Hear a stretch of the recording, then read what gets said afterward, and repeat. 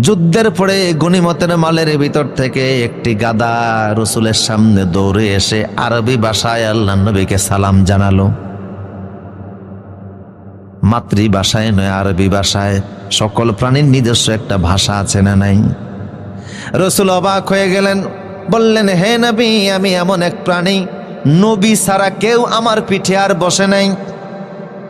রসুল বললেন, আমি তোমার নাম রাখলাম ইয়াফুর। কি নাম? ইয়াফুর। হুজুর প্রাণীটাকে মদিনায় নিয়ে আসলেন। এই ইয়াফুর রসুলের রাষ্ট্রদূতের কাজ করতেন। সাহাবায়ে কেরামের বাড়ি চিনতেন, সাহাবায়ে কেরামের নাম জানতেন, সাহাবায়ে কেরামের চেহারা চিনতেন। আল্লাহু আকবার। হযরত ওমর বলে, একদিন দেখি আমার ঘরের দরজার সামনে কে যেন লাথি মারতেছে। আমার মনে হচ্ছিল যেন ঘরের দরজাটা ভেঙেই ফেলবে। আমি দৌড়ে এসে ঘরের দরজা যখন খুলে দিলাম, তখন দেখি রাসূলের প্রাণী গাদা ইয়াফুর দাঁড়ানো আছে। আমাকে ইশারা করতেছে যে রাসূল তোমারে ডাকতেছে। এবার আমি ঘর থেকে বের হলাম। ইয়াফুরও দৌড়ায়, আমিও দৌড়াই। ইয়াফুরও দৌড়ায়, আমিও দৌড়াই। শেষ পর্যন্ত আল্লাহর নবীর কাছে আসলাম। রাসূল দেখলাম সত্যি আমার জন্য অপেক্ষা করতেছে।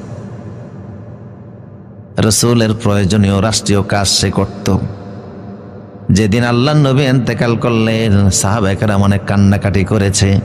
সন্ধ্যা হওয়ার পরে সকল সাহাবী ঘরে চলে গেছে। ইয়াফুর যাবে কোথায়?